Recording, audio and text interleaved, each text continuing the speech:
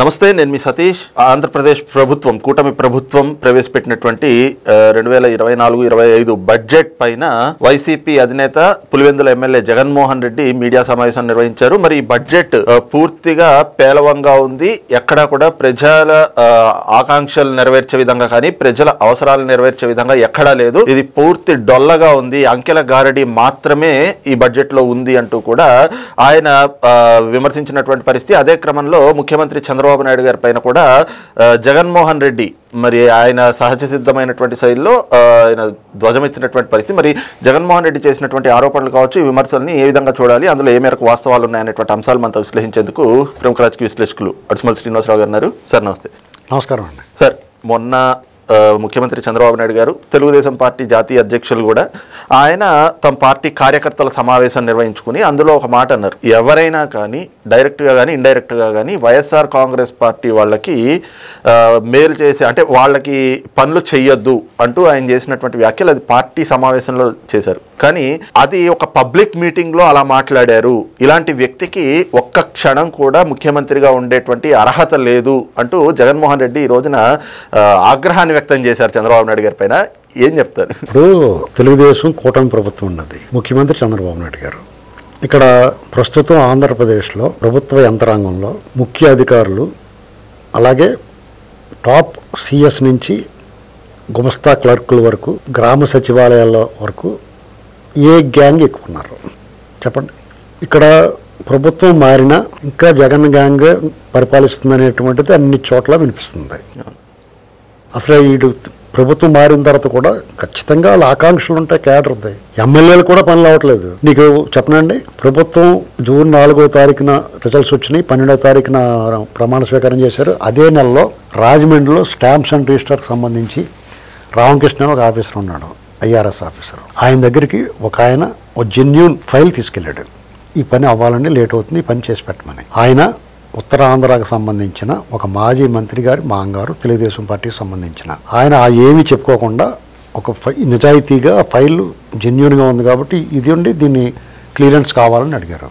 అడిగితే పచ్చిబూతులు తిట్టి పంపించాడు. ఏం పీక్కున్నాడు, పిఏ గారు రెచ్చిపోయాడు. అప్పుడు లోకల్ ఎమ్మెల్యే బుచ్చు చౌదరి గారి దగ్గరికి వెళ్ళి ఏంటండి ఇది ఇలా చేస్తున్నారు అంటే, అప్పుడు ఆయన మెట్టు తీసి కొడతానంటే అప్పుడు పని చేసి పంపించారు. అది ఎగ్జాంపుల్, శాంపిల్. అదే రాజమండ్రిలో ఒక ట్రాఫిక్ సిఐ నెలకు 90,000 డ్రంక్ అండ్ డ్రైవింగ్ మీద సంపాదిస్తున్నాడు. అతను పక్క తప్పిస్తే మళ్ళా వచ్చేసి మళ్ళా నన్ను ఏం పీక్కుండే, ఒకవేళ నేను సస్పెండ్ చేస్తాననుకో, ఈ 7-8 నెలల్లో 7-8 కోట్లు సంపాదించాను, వీఆర్లో ఉంటాను, సస్పెండ్ చేస్తారు, ఇంట్లో కూర్చొని మళ్ళీ ఈ డబ్బులు ఖర్చు పెట్టుకుంటాను, తర్వాత ఎవడో డబ్బులు ఇచ్చి మళ్ళీ డ్యూటీలోకి వస్తాను అని బరి తెగించి చెప్తే, ఇదంతా జగన్ ట్రైనింగ్ ఇచ్చిన బ్యాచ్ ఇదంతా. నేను ఒక చోట గురించి చెప్పాను మీకు, అనేక చోట్ల జరుగుతున్నాయి ఇలాంటి. అధికారులు ఇంకా అడ్రస్ స్ట్రాంగ్ పోలేదు, ఇతను ట్రైనింగ్ ఇచ్చి వదిలేసాడు, వాళ్ళందరికీ తినేత కంపెనీ. ఇప్పుడు కొత్తగా వచ్చిన ఎమ్మెల్యేలు కూడా ఈ స్మెల్ అంటే ఇచ్చేసారు వాళ్ళు. చాలా మంది పాపం తెలియదు, సగం మంది కొత్త వాళ్ళు ఉన్నారు అందులో. అసలు దొబ్బడమారు దేవుడారు ఎలాగ రూపాయి అవుతుందో కూడా తెలియదు వాళ్ళకి. ఈ ఖర్చు పెట్టిన లెక్కలో అప్పులు, వీడికి రేపొద్దు నుంచి అప్పుడు డబ్బులు ఇచ్చినోడు ఏం అడుగుతాడో, ఎంత పార్టీలు చందాలు కిందాలు అన్నీ వచ్చినా వాళ్ళు కూడా కొంత అప్పు చేసి పెడతారు కదా, ఆ అప్పులకు వడ్డీలు ఎలా కట్టాలో రేపు వచ్చిన నిలదీస్తాడేమో, అధికారులు ఉన్నారు కదా, కొన్నాళ్ళు అడగకపోయినా ఒక 2 నెలలు ఆగిన తర్వాత మా డబ్బులను అడుగుతారు కదా, వాళ్ళందరికీ సమాధానం ఎలా చెప్పాలరా బాబు అంటే వాళ్ళకి ఇలా దొబ్బొచ్చని చెప్తున్నారు వీళ్ళు. ఇది దాదాపు గవర్నమెంట్ ముఖ్య నేతల దగ్గరికి వెళ్తుంది కదా, ముఖ్యమంత్రి గారు.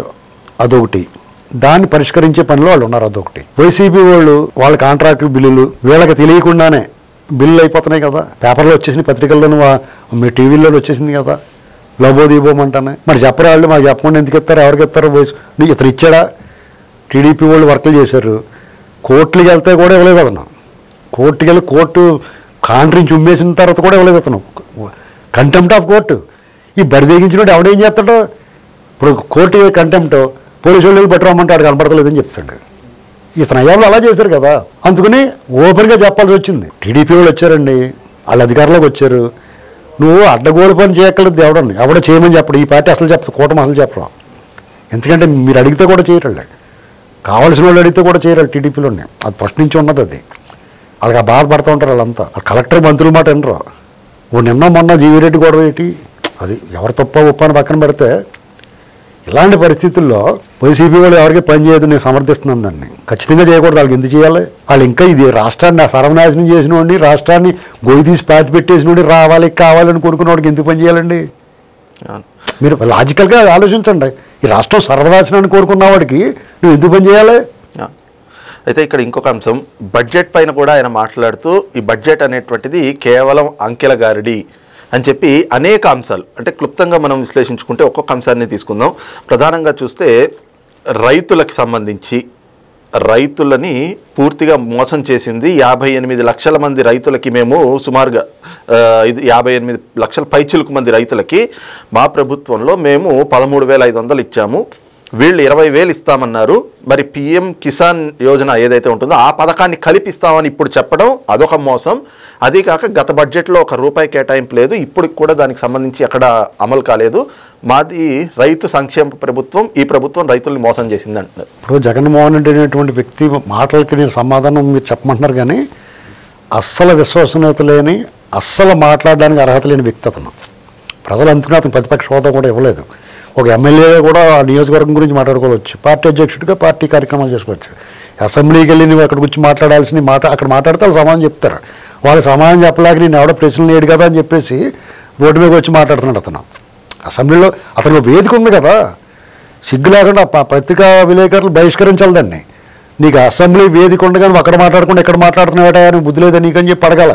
సరే మాట్లాడాడు. రైతులకి నేను ఏదో మేలు చేశానంటే అసలు వీళ్ళకి సిగ్గు శరం మానవ మర్యాద అనేటువంటి ఇంత కఠినంగా మాట్లాడకూడదు అనిపిస్తుంది. అయినా సరే వీళ్ళ వ్యవహారం, వీళ్ళ అబద్ధాలు, ఈ దుష్ప్రచారం చూస్తుంటే ఎలాగ ఏం జన్మరా ఇది అనిపిస్తుంది. రైతులు ధాన్యం విషయంలో ఆర్కేపీ సెంటర్లో వాళ్ళు పడిగాపులు పడి 6 కాలం కష్టపడి పండించిన పంట ఆరలేదని, అది లేదని, ఇత్తడి ఉందని, ఎప్పుడు ఉందని తీసుకోవడానికి 30 దెబ్బలు పెట్టారు. ఏదో రకంగా తీసుకుంటే ఆ ట్రక్కులు 3 రోజులు అన్లోడ్ చేయకుండా వదిలేస్తే ఆ డెమరేజ్ పడిపోయి, సరే ఏదో రకంగా తీసుకున్నారంటే ఆ డబ్బులు 6 నెలలుగానే ఇవ్వకుండా ఎవరికి 6 నెలల లోపల ఇవ్వలేదండి. గోడ పెట్టేశారు రైతులే. అసలు ఏం చేయాలో అర్థం లేదు వాళ్ళకి. బయట అమ్ముకుంటా లేదు. ఇప్పుడు వీళ్ళు 48 గంటలు వేస్తున్నారు డబ్బులు. గొప్ప రిలీఫ్ అది. నీకు రూపాయి వచ్చిందా పోయిందా అనవసరం అండి. నువ్వు పంట పండించో, అమ్ముకున్నావు, పొడ అమ్ముకున్నావు, డబ్బులు ఎన్న పడితే నష్టమతో తూర్పు తిరిగి దాన్ని పెడతాడు, ఒక 7 పెట్టి చూరుకుంటాడు, లాభం మొత్తం అనుకుంటాడు. లాభాలు ఏముండవు రైతుకి. ఇక రైతుల గురించి ఎంత డ్రిప్ ఇరిగేషన్లో అవి సబ్సిడీలు, ఇన్పుట్ సబ్సిడీలు ఇవన్నీ ఎత్తిపడేసాడు. క్రాప్ ఇన్సూరెన్స్ వీళ్ళందరూ అసెంబ్లీలో లబోదీపోమంటే అప్పటికప్పుడు కట్టి ఇతను వచ్చిన మొదటి సంవత్సరం మటాష్ అయిపోతే క్రాప్ ఇన్సూరెన్స్ కట్టలేదన్నారా. సిగ్గు లేకుండా బటన్ నొక్కాను, బొక్క నొక్కాను అని చెప్పి కూడా గోదావరి జిల్లాలో అందులో కోనసీమలో క్రాప్ హాలిడే ప్రకటించారు నీ హయాంలో. అసలు ఈ ముఖానికి సిగ్గట్లేదండి దేవుడు. ఏంటండి ఇది అసలు ఎలా మాట్లాడతాడు అతను. ఇంకో పక్కన చూస్తే మా హయాంలో అవ్వాతాతలకి అలాగే రైతుల విషయంలో అన్నదాత సుఖీగా వీళ్ళు ఇస్తున్నారు కదా. ఇప్పుడు అతను 13,500 ఇచ్చాడు. అందులో 6,500 సెంట్రల్ గవర్నమెంట్తే. నిస్సిగ్గుగా చెప్తున్నాడు. మళ్ళీ కలిపేసి ఇచ్చి నేను ఒక్కడిని ఇచ్చాను అన్నాడు. అప్పుడు 19,500 ఇవ్వాలి కదా వాళ్ళకి. అప్పుడు కూడా 20, నువ్వు 13,500 ఇస్తే సెంట్రల్ గవర్నమెంట్ ఇచ్చిన 6,500 కలిపి 20,000 నువ్వే ఇవ్వాలి కదా. మరి ఎందుకు లేదు? నువ్వు చెప్పిన 13,500 వాళ్ళు ఇచ్చిన 6,500 కలిపి నువ్వు 6,000 వేసి 13,500 ఇచ్చారు. 7,000 వేసి ఇప్పుడు వీళ్ళు 20,000 ఇస్తున్నారు. బడ్జెట్లో కేటాయించారు సొమ్ము. ఇంకా బడ్జెట్లో కేటాయించిందా చచ్చినట్టు అవుతాయి. నువ్వు అసలు బడ్జెటే లేదు కదా నీ దగ్గర. ఏదన్నా కానీ గాలిలో బడ్జెట్ 3 లక్షల కోట్ల రూపాయలు లెక్కలేని సొమ్ము ఉందంట. అంటే ఇతను దొబ్బేసింది కాకుండా 3 లక్షల కోట్లు లెక్కలేని సొమ్ము ఉంది. అసలు ఏమైందో తెలియదు నాకు లెక్కలో. ఇవన్నీ వదలవండి. ఏదో అనుకుంటున్నాడు ఇలా అడ్డుగోలుగా మాట్లాడితే అంతర్యుద్ధాలు అయ్యి అంటే అనుకుంటున్నాడేమో. మొత్తం కక్కిస్తారు. ఇప్పుడు చెప్పండి ఇంకేమన్నాడు. పెన్షన్లకు సంబంధించి ₹1,000 ఉన్నటువంటి పెన్షన్ని ₹3,000 పెంచుకుంటూ పోయాం. ఈ ప్రభుత్వం పెన్షన్ లబ్ధిదారుల్ని తగ్గించేస్తోంది, అన్యాయంగా తగ్గించేసి పెన్షన్ని కూడా సక్రమంగా అందించట్లేదు అనేటువంటిది ఆయన ఆరోపణ. ఇప్పుడు ₹1,000 2,000 ఎవరు చేశారంటే బుద్ధి ఉందా అతనికి మాట్లాడడానికి? 5 సంవత్సరాలు ముఖ్యమంత్రి చేశాడు జగన్మోహన్ రెడ్డి గారు, మాజీ ముఖ్యమంత్రి. ప్రోటోకాల్ ప్రకారం ఆ ప్రివిలేజ్ ప్రకారం అతను మర్యాదగా మాట్లాడాలి. కానీ ఆ మర్యాద తీసుకుని వ్యవహారం చేస్తున్నాడు, మాట్లాడుతున్నాడు అతను. ఇంకా సిగ్గు లేకుండా ఎవడో స్క్రిప్ట్ ఇస్తే మాట్లాడింది. నువ్వేం చేసావు? మలబద్ధకం ఉన్నవాడు ముక్కుతా డెలివరీ చేస్తాడు పొద్దున్నే. అలాగా 2,000 3,000 చేయడానికి 5 ఏళ్ళు పట్టింది నీకు. దాన్ని 4,000 ఒక్క కలంపోటుతో చేశారు. వాళ్ళు ఇస్తారన్న ఏప్రిల్ నుంచి మే జూన్ వరకు 3,000 కలిపి 7,000 ప్రతి నెల 1 తారీఖు ఇస్తున్నారు. నీ హయాంలో ఈ నెల తీసుకోకపోతే మళ్ళీ నెల వాళ్ళకి అలా వరుసగా 2 నెలలు 3 నెలలు తీసుకోకపోతే మొత్తానికి పెన్షన్ కొట్టేసి పైగా ఇవ్వడం కమిషన్ వాళ్ళందరికీ. ఇప్పుడు అదేం లేకుండా నీ గ్యాంగ్ ఎవరు లేకుండా అందరికీ ఇంటికి పట్టుకెళ్తున్నారు. ఉన్న సచివాలయ ఉద్యోగులు ఉన్న వాళ్ళు వాడుకోకుండా మళ్ళీ నీ సైన్యాన్ని పెట్టుకున్నావు దొంగల మూటనే. ఇలాంటి ఇప్పుడు అంటే ఇంత అడ్డగోలు. ఇప్పుడు నువ్వు విమర్శించు, ఒక పద్ధతిగా విమర్శించు. ఇంకా పోలవరం ఇంకా స్పీడ్గా చేయి, అమరావతి అప్పుడే 8 నెలలు అయిపోయింది ఇంకా మొదలెట్లేదు ఏంటి అని అడుగు. అమరావతిని అడిగితే నీ నోరు రాదు, ఎందుకంటే నువ్వే దాన్ని చెడగొట్టేసావు కదా.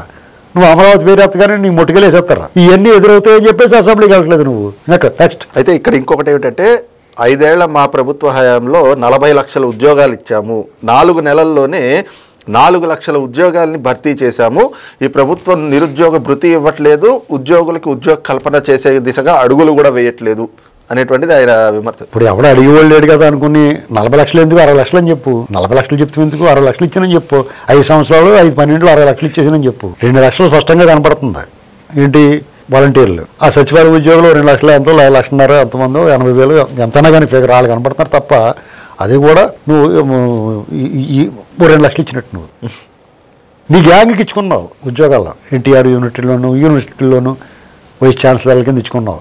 ఈ దాంట్లో సలహాదారుల కింద ఈ సాక్షి వాళ్ళకి వాళ్ళందరికీ డిజిటల్ పేమెంట్లు డిజిటల్ డేబిల్స్ అందరికీ కూడా నీ గ్యాంగ్ అందరికీ ఉద్యోగాలు ఇచ్చుకున్నావు. వాళ్ళందరికీ ఉద్యోగాలు పోతున్నాయని బాధ నీకు. ఇప్పుడు ఖచ్చితంగా పోతే కొట్టు పంపిస్తారు. ఏంటండి వీళ్ళు వచ్చిన తర్వాత డిఎస్సీ వేస్తాన్నావు, వేసేవా?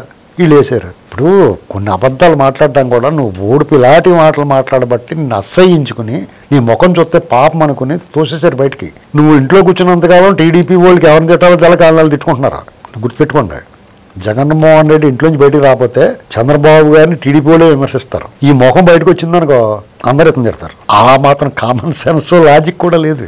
2-3 ఏళ్ళు ఇంట్లో పడుకుంటే వీళ్ళకి ఎవరిని తిట్టాలో తెలక ఎవరిని విమర్శించాలో తెలియక ఏం ఊసిపోక చంద్రబాబు గారిని విమర్శిస్తారు వీళ్ళు కదా.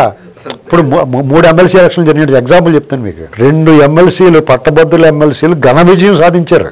అక్కడ టీచర్స్ ఎమ్మెల్సీ అది రాలేదు, టీచర్స్గా అసంతృప్తి ఉంది, అదే ఇది అని మాట్లాడారు. కట్ చేస్తే ఎమ్మెల్సీ వచ్చి చంద్రబాబు గారు నా కూటమి పార్టీలు నన్ను గెలిపించినాయి అని చెప్తున్నాడు.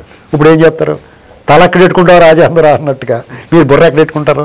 పైగా కోతి శనగపప్పు కథలాగానే చేతి నిండగా శనగపప్పు ఉంటుంది కోతికి. 2 కిందటి పోనీ అనుకోండి ఇవన్నీ వాడేసి అది ఏరుకుంటుంది. ఈ 2 ఇంత ఘన విజయాన్ని వదిలేసి ఆ టీచర్స్ ఎమ్మెల్సీ 20,000 ఓట్లు దాని గురించి లక్షలాది ఓట్ల మీద మెజారిటీ వచ్చింది. పైగా ఇంకో రికార్డు ఏంటి? పట్టభద్రుల ఎమ్మెల్సీలు 5 ఉంటే 5కి 5 టీడీపీ ఒక పార్టీ రికార్డు. అది చరిత్రలో ఎప్పుడు లేదు, భవిష్యత్తులో కూడా ఉండదో చెప్పలేం. ఎంత గమనించి ఇప్పుడు 2024 జూన్ మేలో జరిగిన ఎన్నికలకి ఇవాళకి ఏం తేడా ఉంది? జగన్మోహన్ రెడ్డి ఇంత అన్యాయం చంద్రబాబు గారు చేసేస్తే విద్యావంతులు నీలాగా నిరక్షర కుక్షులు కాదు, చదువుకున్న వాళ్ళు అన్ని వర్గాల్లో ఉన్నారు. టాప్ టు బాటం అన్ని కులాల్లో అన్ని మతాల్లో అన్ని ప్రాంతాల్లో చదువుకున్న వాళ్ళు ఉన్నారు ఇవాళ. అంటే అన్ని ప్రాంతాల్లో నీకు మడతట్టేసినట్టు నిన్ను. ఆ విజయోత్సవ చార ఇంకా ఆరలేదు వాళ్ళది. నీ మీద అసహ్యం ఇంకా పెరిగిపోయింది వాళ్ళకి. నీ రిపోర్ట్ నీ గ్యాంగ్ దండుపాలెం గ్యాంగ్ ఉంటుంది, వాళ్ళ రిపోర్ట్ తెచ్చుకో 70% నీకు మైనస్ ఉందంట. ఇంకా పెరిగిపోయింది మైనస్. నీ ముఖం చూడడానికి ఇష్టపడతలేదయ్యా, అది తెలుసుకో ముందు. అయితే ఇక్కడ ఇంకొకటి ఏమిటి అంటే మా హయాంలో మేము పారిశ్రామికవేత్తల్ని పారిశ్రామిక రంగాన్ని ఎంతో ప్రోత్సహిస్తే ఈ రోజున జిందాల్ని అమూల్ అలాగే అరబిందో లాంటి సంస్థల్ని తరిమేస్తున్నారు, వీళ్ళు పారిశ్రామికవేత్తల్ని భయపెడుతున్నారు, బెదిరింపులకు పాల్పడుతున్నారు అని చెప్పేసి జగన్మోహన్ రెడ్డి చెప్తారు. ఇందులో టీడీపీ ఇప్పుడు కూటమి ప్రభుత్వం వచ్చిందని ఎవరిని తరం లేదండి. ఫస్ట్ పాయింట్ వినండి. అమూల్ అనేటువంటి దాన్ని నువ్వు ఎందుకు ఎంకరేజ్ చేసావు? అది ఇక్కడ ఏమీ లేవనా? విజయ డైరీ లేదా, లేకపోతే హెరిటేజ్ లేదా, మోడల్ డైరీ లేదా, సంఘం డైరీ లేదా? ఈ సంఘం డైరీని ముయించడానికి ఎంత ప్రయత్నం చేసావు నువ్వు? చిత్తూరు హెరిటేజ్ మీద నువ్వు ఎన్ని అబాండాలు వేసావు? ఏం పేకలేకపోయేది వేరే కదా. ఏకంగా సంఘం డైరీని విధ్వంసం చేసేసావు కదా. ఆయన జైల్లో పడేసాడు ఆయన తీసుకెళ్ళి. నువ్వేం పేకలేకపోయావు? అమూల్ నీకేం ప్రేమ? అందరిలాగా వాళ్ళు పెట్టుకోమను. తిరుమల డైరీ, ఎన్ని డైరీలు లేవు ఇక్కడ. నువ్వు ఎవరిని ఎంకరేజ్ చేయొచ్చు? అమూల్ డైరీ వచ్చి ఇక్కడ ఏం పీకేస్తుంది? ఒకళ్ళు వస్తే వాళ్ళు కాంపిటీషన్ పెట్టుకోవాలి, రమ్మనాలి. కాంపిటీషన్లో రైతులకు మేలు జరుగుద్ది. అంతేగాని వీటిని ముయించేసి దాన్ని పెదిరెడ్డి చేసిన పాపం అదే కదా. 30 రూపాయలు లీటర్ ఉంటే 16 రూపాయలు కట్టి కూడా అక్కడ వాళ్ళకే పోయాలి కొట్టి కూడా. మామిడి తోటలు కానీ నుంచి అన్నీ కూడా మామిడికాయలు కూడా చిత్తూరు జిల్లాలో ఎవరికి అమ్మాలో వాళ్ళే నిర్ణయిస్తారంట. అమర్ రాజా వాళ్ళు వెళ్ళకపోతే మేము వెళ్ళకూడతామని చెప్పండి మీ సజ్జల రామకృష్ణారెడ్డి. సిగ్గు లేకుండానే బుద్ధి లేకుండానే ఒళ్ళు బలిసి కొవ్వెక్కి మాట్లాడారు మీరు. వీళ్ళు చాలా మంచోళ్ళు కాదు, మిమ్మల్ని అందరూ పట్టు కొట్టేయాలి తీసుకెళ్ళి. చట్టం రాజ్యాంగంలో మాట్లాడి టీ తాగుతాం 2 నుంచి లోపల తీసుకుని కొట్టేయాలి మిమ్మల్ని అందరూ. అంత ఒళ్ళు ఉడికిపోతున్నారు ప్రజలు. మీరు అందరూ మర్చిపోతారు. మీరు వచ్చి ఇలాంటి మాటలు మాట్లాడితే మళ్ళీ అందరికీ గుర్తుకొస్తాయి. కాకినాడ సీపోర్ట్ కావచ్చు, సీపోర్ట్ కొట్టేసి లాగేసుకున్నారు వాళ్ళందరి దగ్గర. మళ్ళీ ఎందుకు ఇచ్చేసారు అనుకు? ఇప్పుడు వైజాగ్ లో లూలు మీకు తూర్పుగోదావరి జిల్లా పత్తిపోటు దగ్గర ఒక లాటరేట్ మైన్ ఉంది. అది బాలినేని శ్రీనివాసరెడ్డిని ఇంకొక మాకు తెలిసిన వాళ్ళదే పార్ట్నర్స్ అందులో. వాళ్ళు ప్రభుత్వం రాగానే ఇచ్చేయమన్నారు. వాళ్ళు కొంచెం శ్రీనివాసరెడ్డి వాళ్ళు చెప్తే వాళ్ళు పెట్టిన పెట్టుబడి ఎంత ఉంటే 50 కోట్లు 40 కోట్లు అది ఇచ్చేస్తాం పట్టుకో, లేదంటే కొట్టు పంపిస్తామని చెప్పారు. 1,00,000 టన్నుల మెటీరియల్ కొట్టుంటే 1,00,000 టన్నుల మెటీరియల్ కూడా వాళ్ళు అమ్మేసుకున్నారు. అమ్మేసుకుందాం ట్యాక్స్ కట్టాలి కదా, ఆ డబ్బు అతను కట్టమన్నారు. అతను కొట్టి పెట్టుకున్నారు సార్. ఎంత దారుణం అండి వీళ్ళు. ఆఖరికి కేబుల్ ఆపరేటర్స్ దగ్గర కూడా వాటర్ లాగేసారు. మీరు ఎవరన్నా లేఅవుట్ వేసుకుంటే మీ పార్టీకి సపోర్ట్ చేసి మీ పార్టీకి ఫండ్ ఇచ్చిన వాళ్ళు లేఅవుట్ వేసుకుంటే చిలకలూరుపేటలో విడుదల రజనీ గారు వాళ్ళ మరిది గారు వీళ్ళందరూ కలిపి వాళ్ళ గెలవడానికి సహకరించి నిధులు సమకూర్చిన వాడిని అతను ఇబ్బంది పెట్టేసి అతని దగ్గర 10 కోట్లు లాగేశారు 2 విడతలుగా. ఇలా ఒకటారండా. కియా మోటార్స్ దగ్గరికి వెళ్ళి మీ గోరంట్ల మాధవ్ ఫ్యాన్ తిప్పి చూపించి వాడు ముఖం మీద ఏలేటి చూపించాడు వాళ్ళకి. ఇంకా వాళ్ళ దగ్గర బట్టలు ఇప్పలేదు. ఏంటండి మీకు సిగ్గు లేకుండా ఇలా తరివేసి అందరు నేను అసలు ఎవరన్నా వస్తారు. మీరు తరమటి ఉన్నవాళ్ళు తరివేశారు. వచ్చేవాడు ఎందుకు వస్తాడు మీ ఓటం చూసి? మీ ఐపాక్ టీంలో వాళ్ళకేమో ప్యాంట్లు షర్ట్లు వేసి సూట్లు ఎవరికి సూట్ అయ్యి కదా వాళ్ళకి. కృష్ణనారాయణ తెప్పించిన సూట్లు వేస్తే ఎక్కడ సూట్ అవుతాయి? ఎప్పుడు రెగ్యులర్గా వేసుకునే వాడికైతే సూట్లు సూట్ అవుతాయి. వాళ్ళందరినీ తీసుకొచ్చి వైజాగ్ బీచ్లో ఈ నార్త్ ఈస్టర్న్ స్టేట్స్ నుంచి వచ్చిన వాళ్ళు చైనీస్ ఐటమ్స్ అవి అమ్ముతారు కదా ఫాస్ట్ ఫుడ్ సెంటర్లో వాళ్ళందరికీ వాళ్ళ హోటల్ కొంచెం అక్కడ అలాగా ఉంటాయి, చైనా వాళ్ళ గట్రా ఉంటాయి కదా, వాళ్ళందరినీ తీసుకొచ్చి మీరు అదే ఇన్వెస్టర్లు అన్నట్టు చూపించి అక్కడేమో భూముల కోసం కొట్లాడుకుని పళ్ళెలు ఇచ్చి కొట్టేసుకున్నారు అందరూ ఒకళ్ళ. ఏంటండి ఇన్వెస్టర్లు పళ్ళెలు ఇచ్చి కొట్టేసుకుంటారా? 1,000 కోట్లు పెట్టుబడి చిచ్చి అని పోతారు.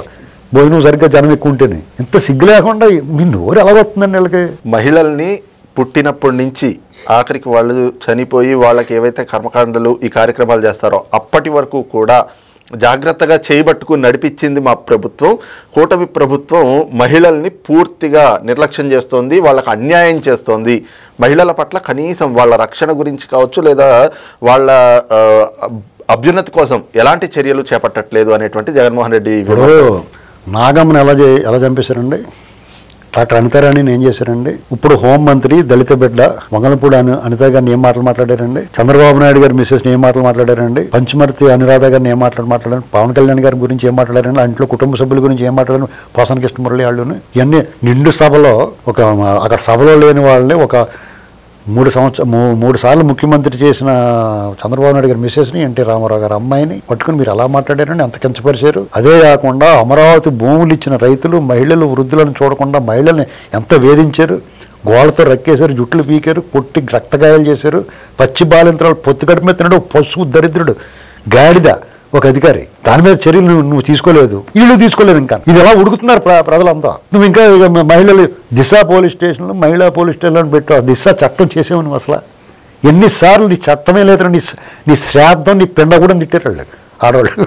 ఏంటండి అయినా సరే నీకు సిగ్గు లేకుండా మేము దిశ చట్టం చేసాం, లేకపోతే పోలీస్ స్టేషన్లు పెట్టాం, లేదా అందులో ఈ చట్టం చేసాం, చెయ్యట్టు నడిపించి ఒక 15 ఏళ్ల మైనర్ బాలికని సామూహిక అత్యాచారం చేసి రాజమండ్రిలో పోలీస్ స్టేషన్ ముందు పడితే దిక్కుమొక్కు లేదు, పోలీసులే తిరిగి కొట్టి పంపించారు ఆ అమ్మాయిని. అప్పుడు హర్ష కుమార్ ఎవరో వచ్చి టేక్ కేర్ చేశారు.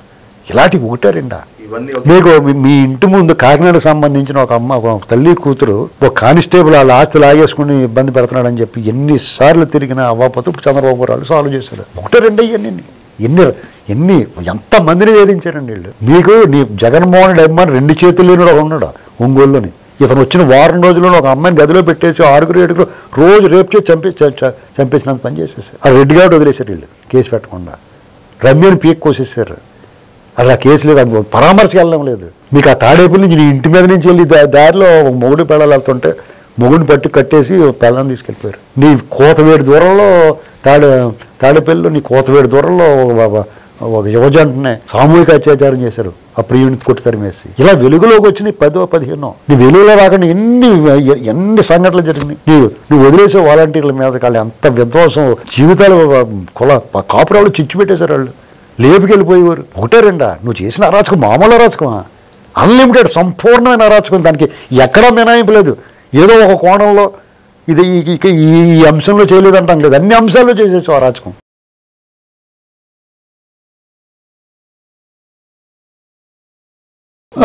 అసలు వీళ్ళందరూ ఒకే నిజమే.